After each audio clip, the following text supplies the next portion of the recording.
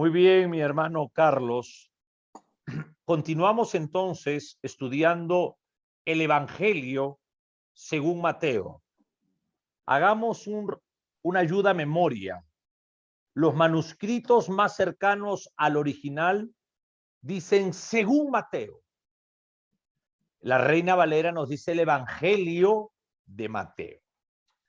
Estamos estudiando el por qué Mateo escribe, por supuesto, soberanamente, inspirado por la tercera persona de la Trinidad.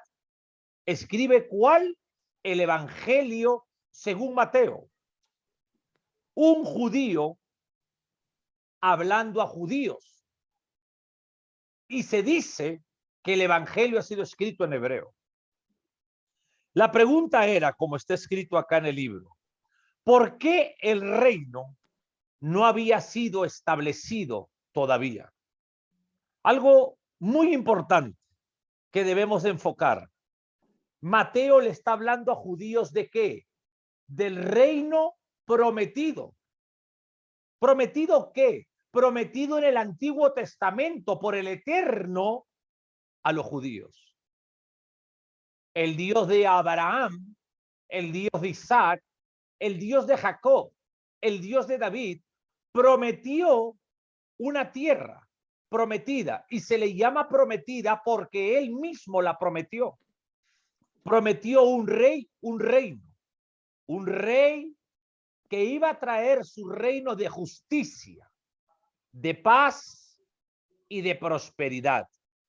Y los judíos se preguntaban el por qué no se había establecido ese reino todavía ahí en Israel. Y otros se preguntaban si aquel hombre que decían que era el Mesías, ¿por qué no estableció su reino? La primera parte del libro de Mateo es la demostración de que Jesús es el Mesías. Y el segundo aspecto del libro de Mateo tiene que ver con el reino y cómo Dios en su debido tiempo va a establecer ese reino. Veamos una estructura. La primera es la demostración a los judíos que Jesús, el Cristo, es el Mesías proclamado y esperado en el Antiguo Testamento. Y el segundo aspecto, también primordial del Evangelio de Mateo, es escatológico.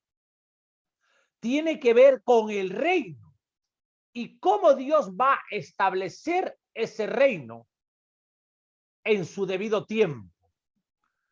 En el griego, hermano Carlos, encontramos tres palabras para referirse a tiempo: cronos, kairos, pleroma. Aquí, cuando dice en su debido tiempo, estamos hablando del kairos del Apocalipsis 20. Un tiempo específico que Dios tiene preparado en ese momento. Ese tiempo no es un minuto antes ni un minuto después. Es en el tiempo programado en la eternidad para que suceda aquí en la tierra. Pase lo que pase, va a suceder, como Gálatas 4:4.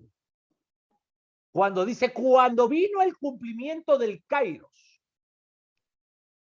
cuando vino el cumplimiento del tiempo. El Evangelio de Mateo presenta al Señor Jesucristo como el representante de Dios en la tierra, como el prometido, aquel que es simiente de Abraham. Esta simiente en el hebreo es Sera, que significa linaje, descendiente. Se aplica para la palabra esperma porque la esperma es la que da la descendencia.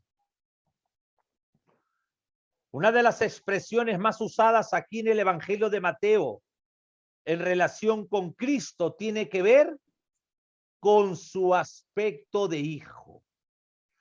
No hijo en el sentido humano, terrenal, carnal, físico o cultural al cual nosotros estamos acostumbrados, sino hijo en el sentido que es el heredero de todas las cosas establecidas por Dios. Recordemos esto, que todas las cosas fueron hechas, dice, por Él, o sea, por Cristo. Hablamos de Génesis 1. Todas las cosas fueron hechas por Cristo y para Cristo. El Salmo capítulo 2 es un salmo mesiánico. Y este salmo dice, mi hijo eres tú, yo te engendré hoy. Y eso tiene que ver con la exaltación, como está acá, y la entronización de Jesucristo como heredero de todas las cosas. ¿Por qué? Porque Él es el Mesías. Toda potestad me es dada en los cielos y en la tierra. Él es el Mesías.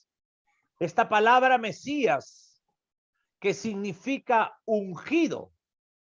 Oiga, mi hermano Carlos, el ungimiento tenía que ver con 3 oficios practicados con el pueblo judío. El rey era ungido para poder ser rey. No podía ser rey si primeramente no era ungido. Y recordemos cuando el profeta Samuel, enviado soberanamente para ungir ¿a quién? Al hijo, al rey David. El rey David fue ungido por Samuel. El sacerdote era ungido. Y en la Biblia se habla de ese aceite que desciende por la barba de Aarón y desciende por el borde de sus vestiduras. En la escritura también se habla del ungimiento del profeta. El profeta es ungido para comenzar su ministerio. De modo que el Mesías, por ser el Mesías, el enviado del cielo, el enviado del Padre, se le llamaba ungido. Oye, hermano, esa palabra enviado es la palabra apostelo, que es apóstol. Entonces, si el Padre envía al Hijo, el Hijo sería el apóstol del Padre, porque es el enviado. El Cristo, en Cristo se incorporan estas 3 verdades. ¿Cuáles? Cristo es el Rey, Cristo es el profeta y Cristo es el sacerdote. De modo que Cristo es el verdadero Hamashiach, el ungido. Y Jesús, Yehoshua o Yeshua, Hamashiach. Jesús es el Mesías, Jesús el ungido, con el artículo ungido. Y Mateo, mi hermano Carlos, tiene que demostrar a aquellos judíos que se preguntaban que Jesús es el Mesías y que el reino no había sido establecido porque el pueblo no había aceptado las condiciones del Mesías. Vuelvo a decirlo. Mateo tenía que demostrar a los judíos de que Jesús, el hijo de José y María, era el Mesías. ¿Qué Mesías? El enviado del Padre para implantar un reino de paz, prosperidad y de justicia. Y déjame decirte algo, mi hermano Efraín, que esto trajo mucha confusión, porque ellos no esperaban que este Mesías que tenía que venir con poder, lo escupan, lo azoten, lo golpeen y lo claven en una pena de muerte en una cruz por el Imperio Romano. Ellos no aceptaban este acto. Y el trabajo de Mateo era el explicar de que este Jesús primeramente tenía que venir como cordero